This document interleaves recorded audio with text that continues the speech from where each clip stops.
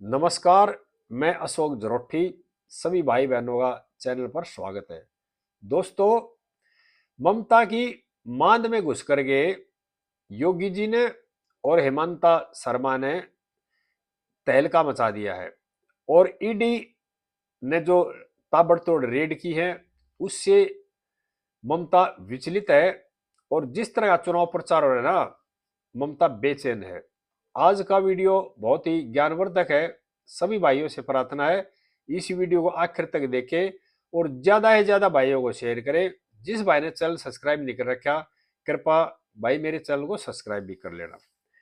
2021 में तीसरी बार चुनाव जीतने के बाद ममता और टीएमसी के जो गुंडों ने ना बंगाल के अंदर जो उत्पात मचाया था, जो जो बीजेपी के नेता थे, बीजेपी के कार्यकर्ता थे, उनके साथ जो मारपीट की, जो टोलेबाजी की, और इसमें चुनाव के नतीजे आते ही 12 आदमी की जो हत्या हुई थी उसने हिला कर रख दिया था बंगाल को और पूरे देश को।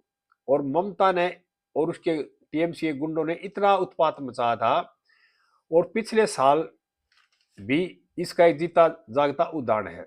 जो बंगाल में उत्पात मचाया था और जो ईडी की रेड पे भी हमला किया, उनके कागज छीने गए, हाई कोर्ट में शोर शराबा किया गया, जज ने अपनी कार्रवाई रोकनी पड़ी। इस तरह के कई मामले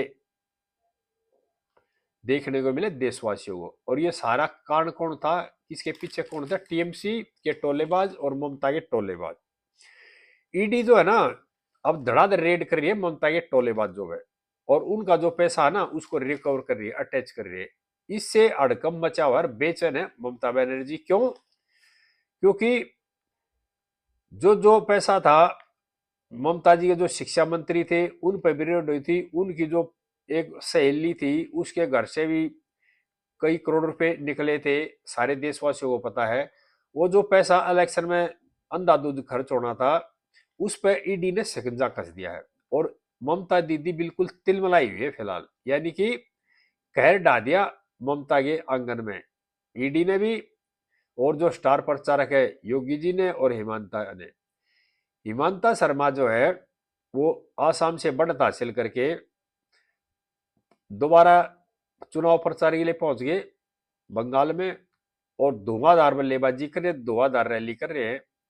प्रधानमंत्री जी, गृह मंत्री जी भी रैली कर रहे हैं और प्रधानमंत्री जी की रैली में जो अपार भीड़ देखने को मिल रही है ना, इसने ममता की चूल्हे हिला दी है। और देश के जो गृह मंत्री अमित शाह, उन्होंने डेरा डाल लिया बंगाल के अंदर और वो कह रहे हैं मैं 15 दिन बंगाल के अंदर ही रहूंगा।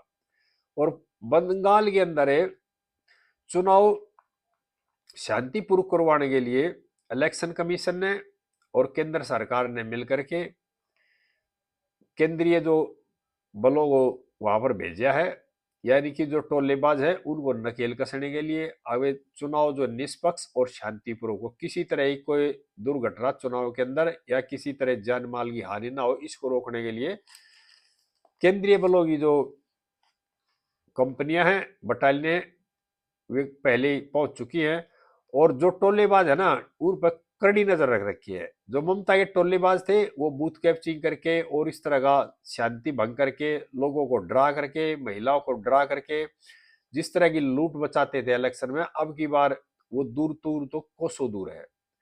और इन्हीं बातों को लेकर के टीएमसी और ममता के टोलेबाज भयभीत है, बेचैन है। और ममता की जो है सरकार की विदाई हो सकता है अब की बार तय हो जाए।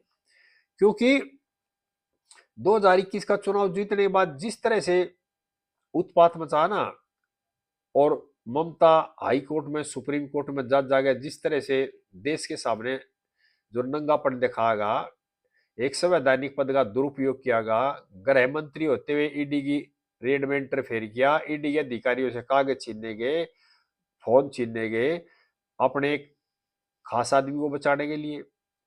और हाई कोर्ट में जो कलकत्ता में सुनवाई हो रही थी वहां भी ममता के टोलेबाजों ने दखलंदाजी की। हाई कोर्ट की महिला जज ने सुनवाई करने से इनकार कर दिया।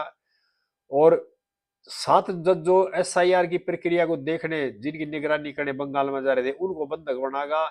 हाई कोर्ट के जज ने, कलकत्ता हाई कोर्ट के चीफ जस्टिस ने गृह सचिव से, डीजीपी से, एसपी से बात की, और जब वहां से किसी तरह कोई रिस्पॉन्स नहीं मिला, कोई कार्रवाई नहीं हुई, तो चीफ जस्टिस बंगाल ने सीधी सूचना दी सीजीआई को, और सीजीआई साहब ने इस मामले का संज्ञान लिया।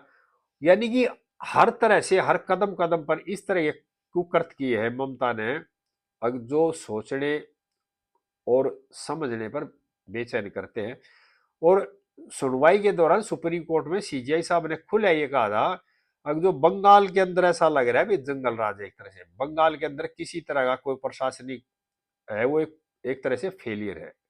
और जिस तरह से जजों को बंधक बनागा और जो साजिश रची गई थी भी इनको जला दिया जाए, इस तरह की जो साजिश एनआई ने जो रिपोर्ट पेश की है, उससे ऐसा लग रहा है अभी ममता विचलित है अब की बार, और बेचैन है, डरी हुई है, सहमी हुई है। क्यों? उसको ये पता, पिछली जो 3 बार मुख्यमंत्री रही ना, उसमें जो कुकर्त कर रखे उनका सबका खुलासा होगा अब की बार।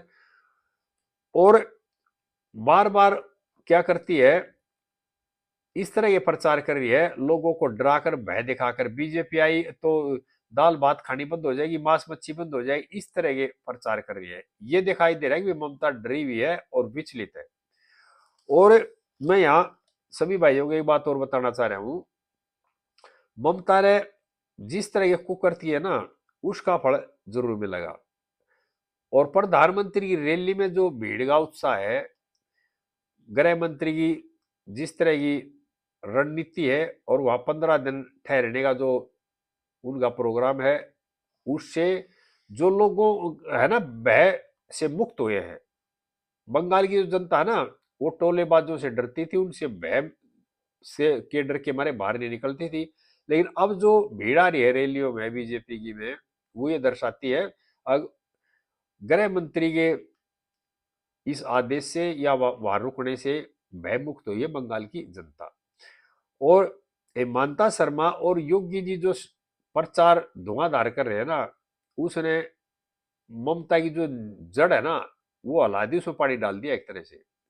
योगी की जी की रैलियों का जो स्ट्राइक रेट रहा ना बिहार में भी, वो 80-90% है। और इसी तरह से हेमंता शर्मा का है।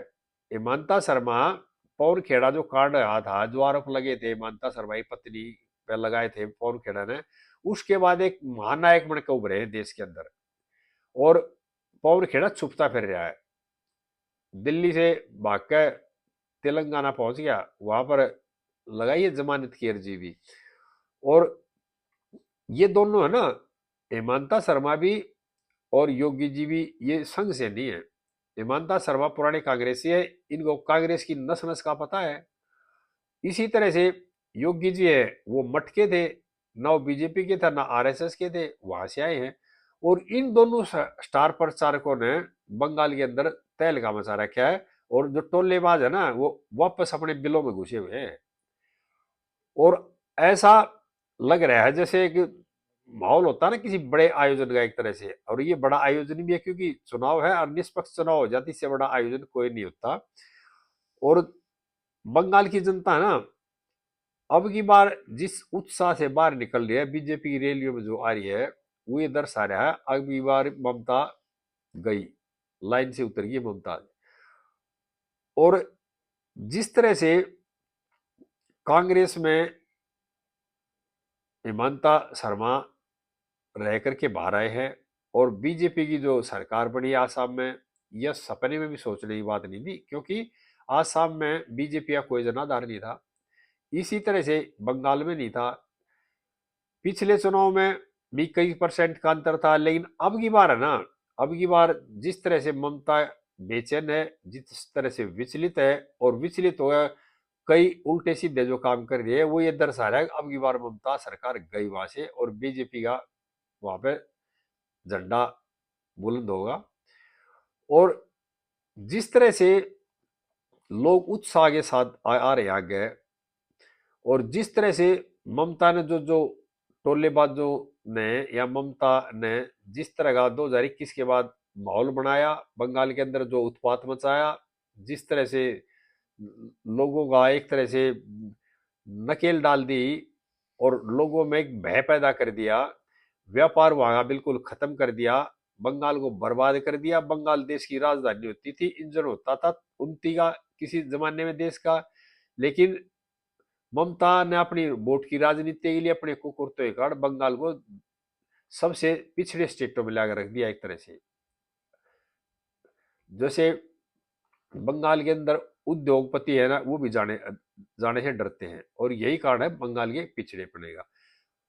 ममता ने मुख्यमंत्री बनने से पहले सबसे पहले ये नारा दिया था, अगर मैं बांग्लादेशी जो गुंडे हैं गुंडागर्दी उन्हें खत्म कर दूंगी, लेकिन अपनी वोट के लिए उन्होंने उन टोलेबाजों के साथ देना शुरू कर दिया, और उसके बाद धीरे धीरे धीरे धीरे बंगाल को पतन की तरफ ले आई, खाली राजनीति के लिए।